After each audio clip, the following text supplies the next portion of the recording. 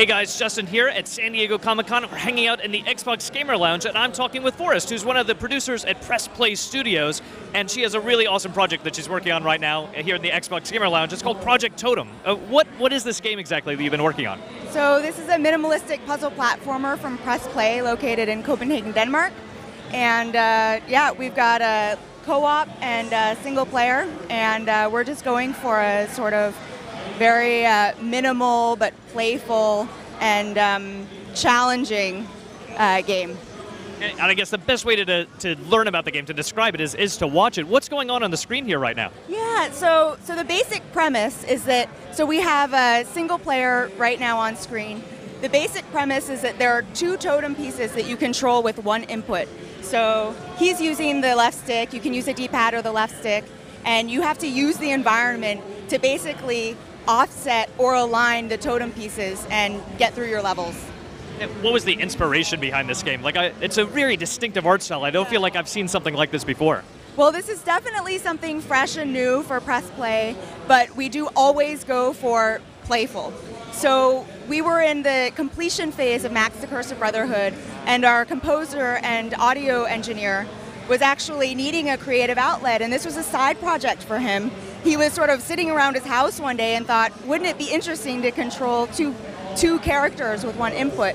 So he started working on this in his spare time, and there was a party, and there was some drinking, and one of our studio directors, Ola, had this vague memory the next day and said, hey, Aska, I remember you telling me about this super interesting game. Can I see it?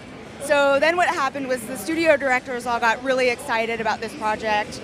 We put a team against it for a month and prototyped it, and then we took it to Greenlight, and this is a project. We have a full team of about 14 people working on it now, and we're aiming for end of this year to release on Xbox One. So why totems? That's a very distinctive thing to pick up on as the main character, basically. Why totem? You know, I think that the guys, Aska and Boat, actually are two brothers who are really behind this project and leading the project. I think they just thought it would be really fun. I think that they were like, you know, Aska, as I mentioned, is a composer, and I think he was really interested in this sort of like music and this vibe and these beats, and I think, and it made sense, you know, to have two pieces. And the other premise is that as you go through the game, you're collecting totem pieces and you're building the great totem pole, so it makes sense. So as it goes on, you're actually adding more pieces that you're going to be controlling. Correct. And as you finish a level, if you do better, you see the points in the corner, the better you do, the more awesome your totem piece is. So you might have sunglasses or a gold pipe or something like that. So. And you also occasionally have to change the color of your totem. So like you can switch, you have green at the top, but that can be purple when you need to get past these kind of obstacles right there. Correct. And you're collecting, it looks like start buttons on the Xbox controller. It does, actually. Are they? Yeah, I never thought about that before. It's true. But I guess there are also triangles that fit up with the upper left-hand corner. Yes. So with each pickup, basically it's a point system, and you collect them, but each time you die, you lose it. So we're playing around with different ideas, like a hardcore mode where you can't die.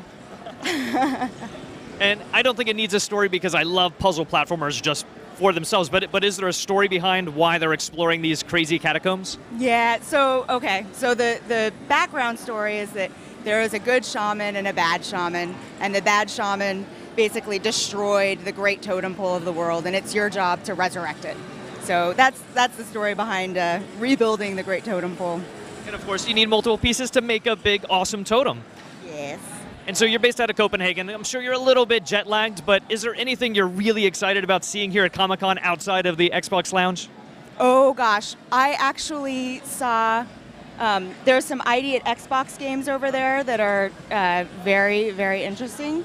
I think Lovers is super interesting, and Lovers in a Dangerous Space-Time. Yeah, I'm definitely keeping my eyes out for that. Cool, and yeah, a lot of really awesome indie stuff here. Xbox has been supporting that in a really cool way, and it's awesome to see these kind of smaller indie titles getting so much love. If you want to try it yourself, you can come by the Xbox Gamer Lounge, and for even more Comic-Con news, stay tuned.